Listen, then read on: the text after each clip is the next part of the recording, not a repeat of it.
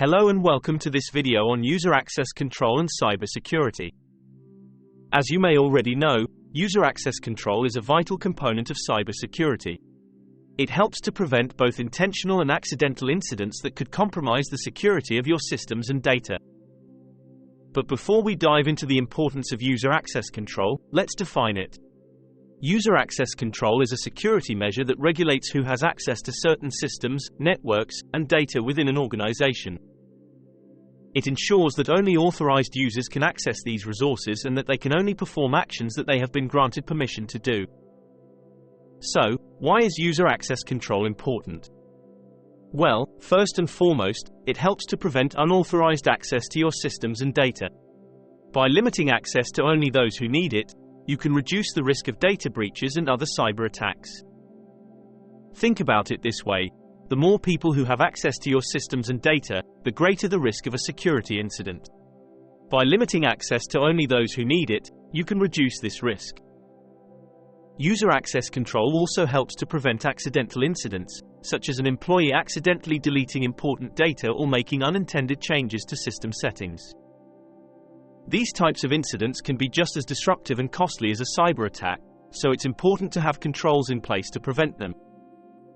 Here's more information about the different types of user access control. Role-based access control, RBAC. RBAC is a type of user access control that assigns permissions to users based on their role within an organization. For example, an employee in the HR department might have different permissions than an employee in the finance department. Attribute-based access control, ABAC. ABAC is a type of user access control that uses attributes, or characteristics, of a user to determine their access to resources. For example, a user might be granted access to a certain system based on their job title, location, or department. Rule-based access control, RBAC. RBAC is a type of user access control that uses a set of rules to determine whether a user has access to a particular resource. These rules can be based on factors such as the user's role, location, or the time of day. Discretionary access control, DAC. DAC is a type of user access control that allows the owner of a resource to decide who has access to it. For example, a user might be able to share a file with certain colleagues, but not with others. Mandatory access control, MAC. MAC is a type of user access control that is based on the sensitivity of a resource and the clearance level of the user. In this model, users are only granted access to resources that they are authorized to access based on their clearance level. It's important to note that there is no one-size-fits-all approach to user access control. The best approach for an organization will depend on its specific needs and requirements. Now, let's talk about some tips for creating strong passwords. The National Cybersecurity Center recommends using 3 random words as your password. This can be a combination of words that are unrelated and easy for you to remember, but difficult for others to guess. For example, you could use giraffe, umbrella, elephant as your password. This may not seem like a traditional password, but it's much stronger than something like password 123 or QWERTY.